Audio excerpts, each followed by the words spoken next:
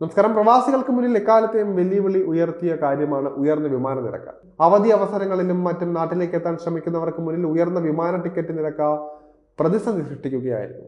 ഇനി സാധാരണ സമയങ്ങളിലാണെങ്കിൽ പോലും ദിവസങ്ങൾക്കനുസരിച്ച് വിമാന ടിക്കറ്റുകളുടെ നിരക്കുകൾ മാറാറുണ്ട്.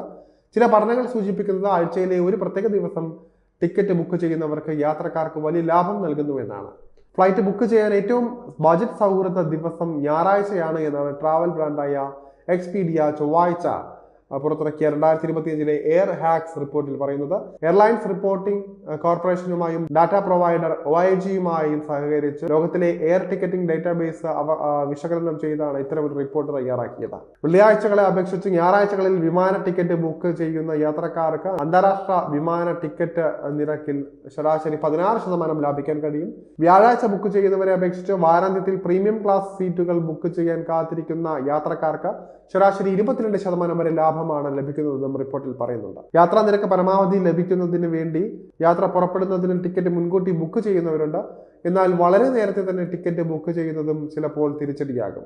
6 മുതൽ 12 ദിവസം മുൻപ് വരെ അന്താരാഷ്ട്ര വിമാന ടിക്കറ്റുകൾ ബുക്ക് ചെയ്യുന്നതാണ് നല്ലത്. മാസങ്ങൾക്ക് മുൻപ് ടിക്കറ്റ് ബുക്ക് ചെയ്യുന്നവരെക്കാൾ ഇവർക്ക് ടിക്കറ്റ് നിരക്കിൽ 21% വരെ ലാഭം ഉണ്ടാക്കാൻ കഴിയുന്നതാണ്.